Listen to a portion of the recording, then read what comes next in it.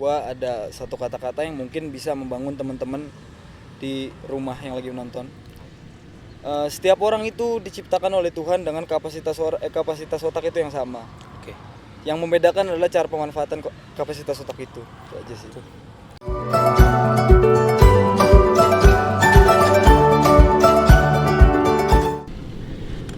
Oke, teman-teman rantau, apa kabarnya nih sekarang nih? Gimana hidup di tanah rantau kalian semua? Udah ingin menyerah? Atau masih ingin bertahan dengan kerasnya kehidupan di tanah rantau? Untuk kali ini kita akan wawancarai abang kita yang satu ini. Boleh bang, silakan perkenalan terlebih dahulu. Sebelumnya perkenalkan, nama gue Rio, asal gue dari Jakarta Timur. Oke.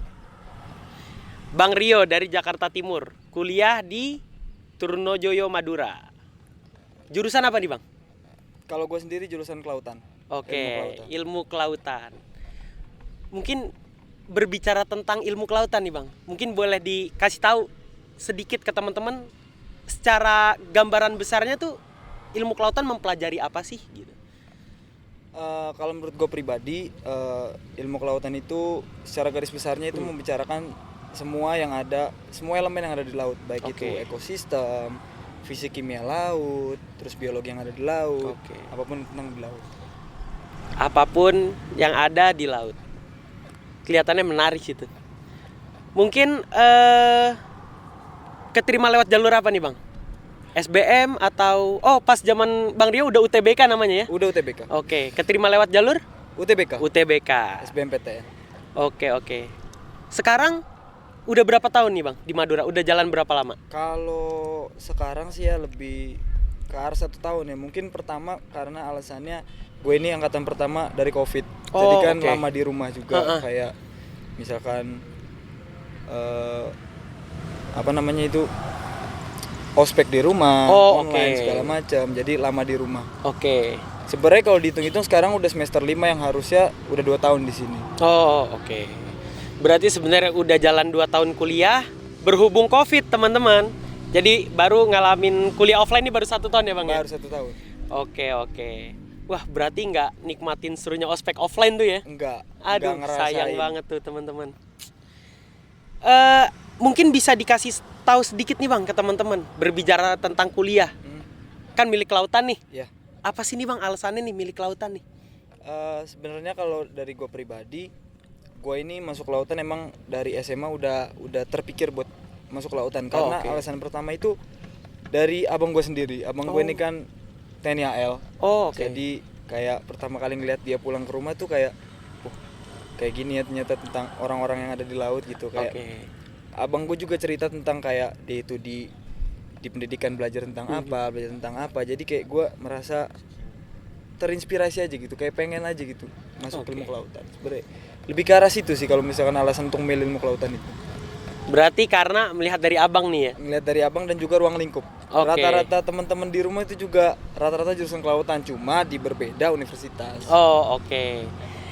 Untuk dari pilihan universitasnya nih bang, ngomong-ngomong sedikit tentang universitas. Apa memang milih UTM ini atau emang dari ada beberapa kampus? Sebenarnya pada satu TBK itu kan ada 2 pilihan. Pas zaman gue itu ada 2 pilihan. Nah kebetulan itu gue milih ini di UTM itu yang kedua. Yang pertama itu gue milih ITB. Karena kenapa alasannya milih UTM? Karena kita berbicara tentang rasional aja. Kayak kita itu di pilihan pertama, kalau gue pribadi ya, di pilihan pertama itu kita lebih ke arah yang kita pengenin dulu. Yang bener-bener kita pengen. Baru pilihan kedua itu kita lebih ke rasional. Yang menurut kita pribadi itu kita bisa keterima di sana.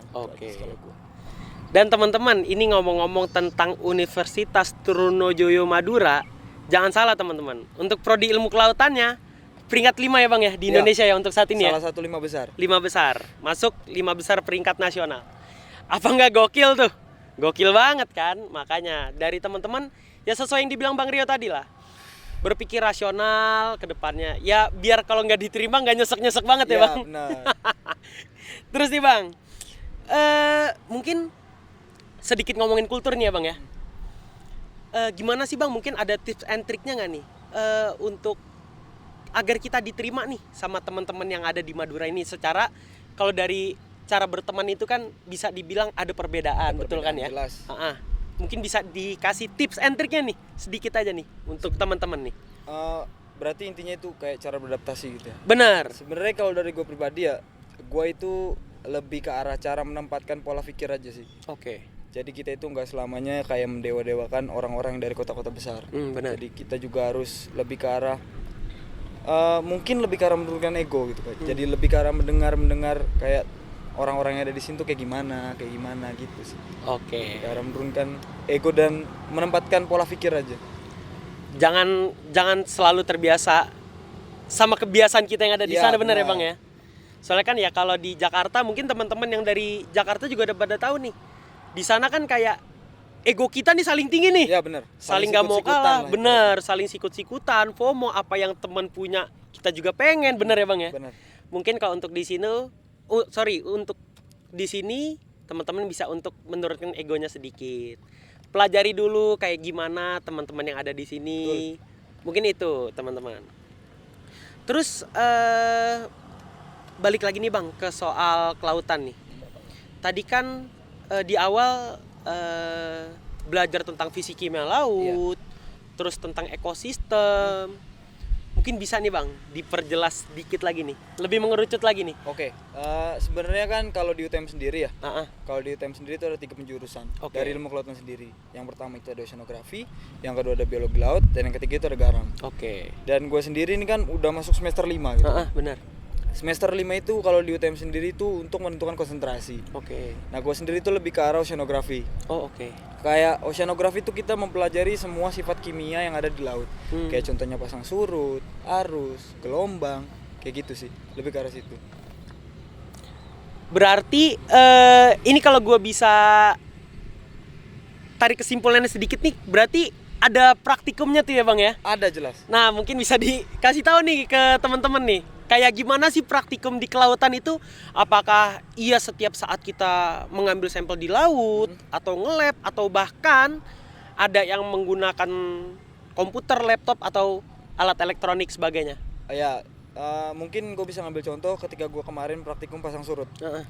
Jadi itu nggak selamanya kita itu harus ngambil sampel kayak misalkan orang-orang kelautan tuh pasti orang-orang persepsinya kayak kita harus ke laut ngambil sampel segala macam. Benar. Kalau kemarin itu di pasang surut, gue itu ngambil dari BMKG, data dari oke. BMKG. Jadi kita ngambil dari BMKG, habis itu kita olah menggunakan salah satu bahasa pemrograman yang mungkin belum terlalu akrab di telinga orang-orang, yaitu RStudio. Oke, Kita olah dari RStudio. RStudio untuk menentukan tipe pasang surut. Hmm. Ke situ sih. Oke. Berarti bisa dibilang nggak harus tentang mengambil data di laut, ambil Iya. sampel di laut. Berarti datanya bisa diakses. Bisa diakses secara internet. Oke. Terus kalau tadi kan berarti menggunakan ini nih, laptop nih. Iya betul. Ngalamin juga nggak Bang? Yang menggunakan lab, menggunakan cairan-cairan kimia ataupun itu. Oh jelas mengalami, kayak mungkin lebih gampangnya kita itu mengambil kualitas air. Oh, oke. Sampel kualitas air itu pasti kita akan ke lab, ngolah data di lab, kayak misalkan kita ngukur viskositas, ngukur massa jenis, Oke. kayak ngukur pH segala macam, itu mungkin kita bakal di lab. Oke.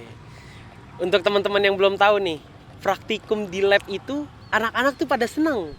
Betul. Ada tapinya nih. Mungkin bisa dijelasin nih Bang, tapinya itu apa sih?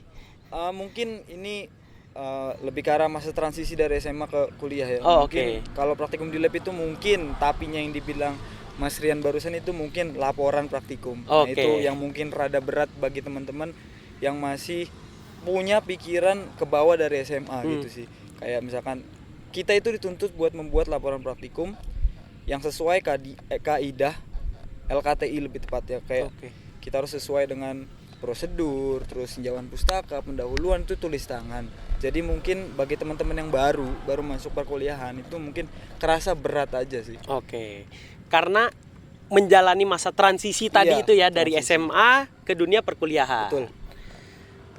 Nah, nih Bang boleh sedikit cerita lagi nih tentang kehidupan. Kan tadi udah ya bisa dibilang kuliah di kelautan termasuk berat lah ya Bang ya bagi sebagian orang. Terus ditimpa lagi sama banyaknya praktikum, banyaknya laporan. Pernah nggak sih Bang kayak pernah kepikiran, aduh, kok gue lama-lama nggak sanggup ya? Pernah nggak sih ada kepikiran kayak gitu?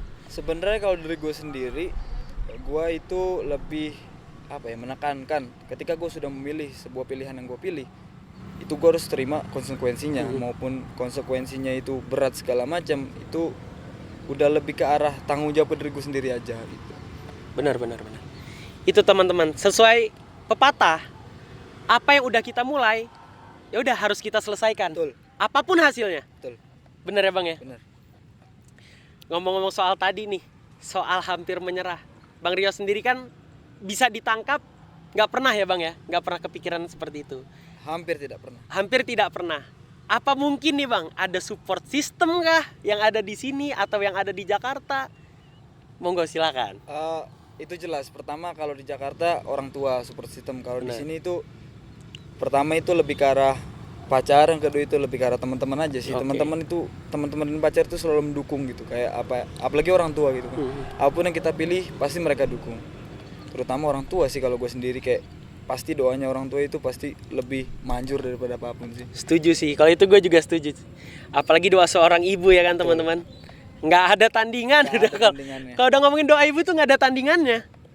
Wah pokoknya gokil lah kalau udah ngomongin doa ibu. Apalagi kita berbakti sama ibu ya kan. Kita sering doain dia juga. Ya ini sedikit, ini aja buat teman-teman, sedikit trigger lah. Biar teman-teman kalau yang selama ini ada rasa kesel sama ibu atau sama siapapun lah, ibu, ayah, ya mungkin teman-teman bisa ya dekatkan lagi, minta restu, minta doa.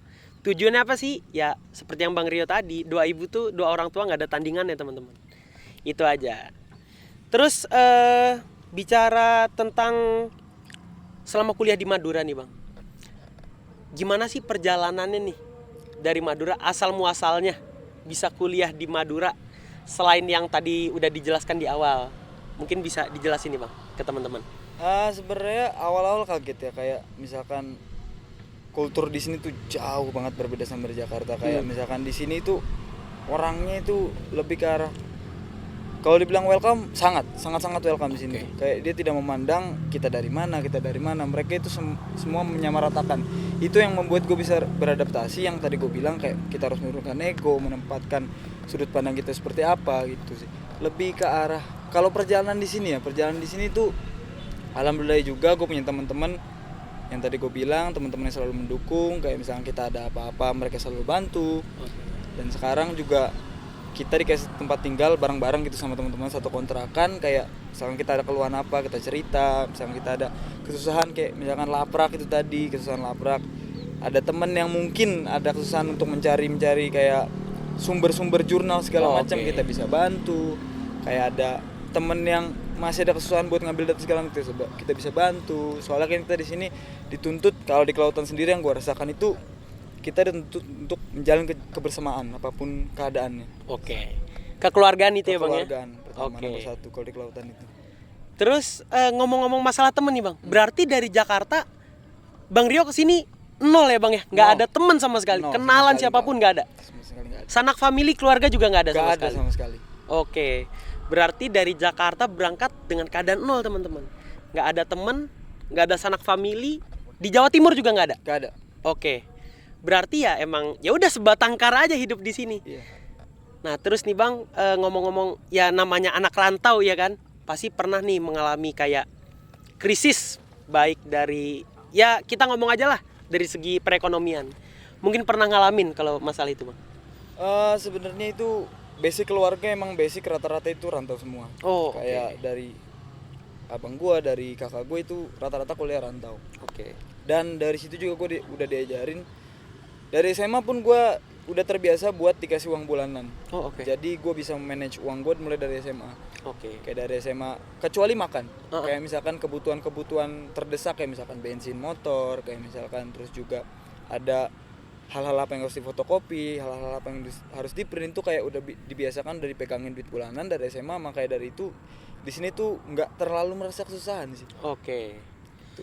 Berarti itu teman-teman kuncinya, pinter-pinter mengatur perekonomian. Betul. Yang namanya dana darurat, kalau udah dikasih uang bulanan itu harus ya Bang? Harus tuh kita spend tuh. Harus banget punya dana darurat. Bener. Ya gini aja lah, kita ngomong gak usah muluk-muluk. Namanya sakit, nggak tahu kapanpun bisa tiba. Itu fungsinya dana darurat teman-teman. Ini kalau untuk Bang Rio nih, wah udah gokil lah. Dengan semester 5 tapi pemikirannya udah bisa gue bilang apa ya?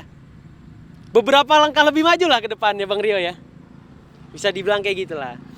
Terus kalau untuk ini Bang, kita bicara tentang pencapaian. Selama kuliah di Madura, Bang Rio tuh punya pencapaian gak sih? Kayak pada umumnya mahasiswa itu kan untuk kuliah, wah gue kuliah tepat waktu nih, lulus 4 tahun.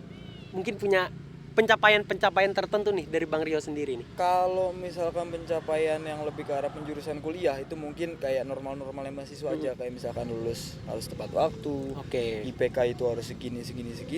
Tapi kalau gue pribadi, karena emang dari orang tua tidak menuntut apapun dari gue itu, jadi gue lebih ke arah pencapaian ke arah diri gue pribadi sih. Kayak gue di sini tuh udah gak tahu sih, tapi ini menurut gue pencapaian gue di sini tuh gue udah bisa menerima cara berpikir orang-orang di sini. Kayak misalkan gue bisa menerima pola pikir orang-orang di sini, kayak gue bisa menerima sudut pandang orang-orang di sini. Itu sih kalau pencapaian dari diri gue pribadi. Kalau untuk kuliah berarti nggak ada ya Bang ya? Belum ada sampai sampai Cuma sekarang. ada beberapa pencapaian pengen dicapai lah kalau misalkan kuliah itu, kayak misalkan kayak mau nerusin ke S2 segala macam. Itu pencapaian dari teman-teman pencapaian dari Bang Rio. Mungkin teman-teman bisa dengar sendiri lah tadi. Pencapaian untuk menerima pola pikir ya Bang ya. Pola pikir itu penting banget teman-teman. Apa ya? Ya pola pikir itu yang bisa bikin kita bisa bergabung sama siapapun. Betul. Itu. Pola pikir orang A, ya kalau kita nggak setuju sama pola pikir orang itu, ya mungkin jangan langsung ditolak mentah-mentah lah. Betul. Kita pikir dulu, kita olah dulu, ya kan? Nah, baru setelah itu kita combine nih pola pikir kita sama pola pikirnya beliau.